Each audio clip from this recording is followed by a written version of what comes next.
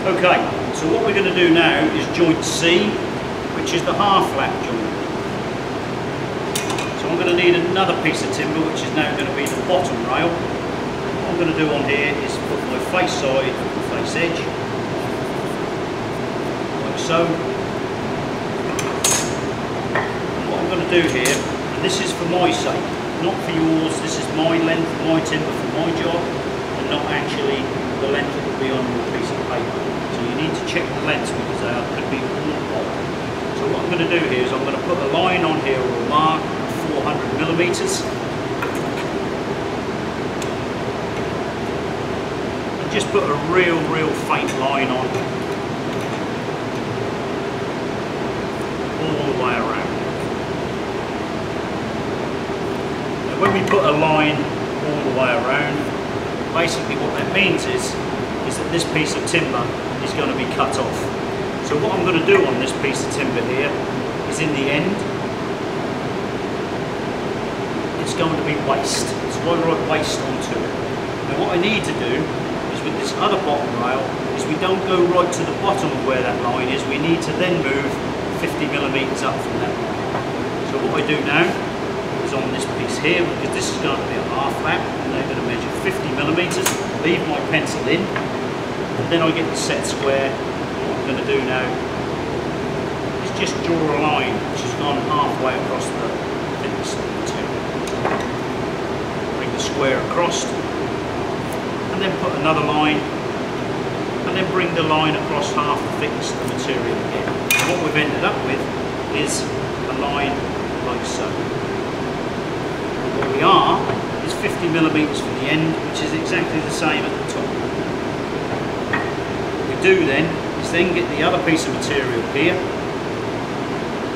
We then sit that onto that line, and then I hold my pencil the other side of the line, which is like so. All I do is move my then set square to that line, and then put a line again down to half the thickness of the material, and then square the line across again.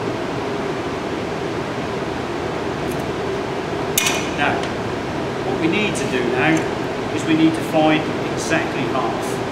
Now we know that the timber is 30 millimeters thick, so I can set my marking gauge up to 15 millimeters. And you'll notice that I'm marking from the top of the pin and not at the bottom, because that can differentiate with the actual figure by 2 to 3 millimeters. So I'm going to go to 15 mil there. I'm going to hold that in position and then tighten this up.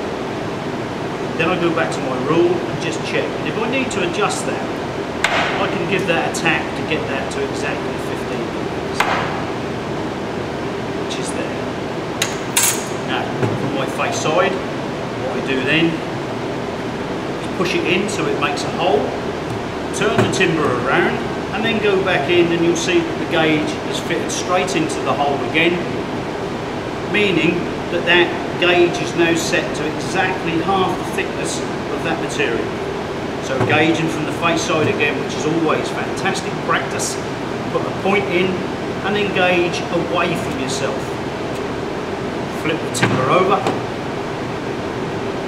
put a mark in again, and then gauge downwards so it goes into that point there. Put your pencil mark in, flip the material over, and once again, not too many marks, 1, 2, 3, and that's our half lap done in that style. So now what I need to do is I now put this on here. I need to leave that over about 2 or 3 millimeters, and all I'm going to simply do now is just turn this over, put a pencil on there like so. This is my preferred method of doing it, and then what I do then is just put the square across, put a square line across the material. All I simply do then is just join this up and come roughly halfway across. I then do the same again, and then I get my gauge, making sure that I'm coming from my face mark, and then I gauge all the way around this piece of timber.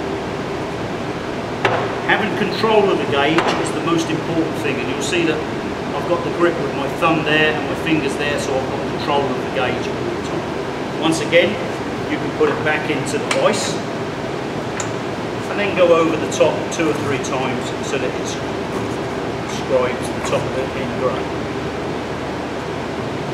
I'm going to put a point in here and I'm going to keep coming from my face side and I'm going to gauge down again. And then final pencil mark in, pencil mark across, one on the back,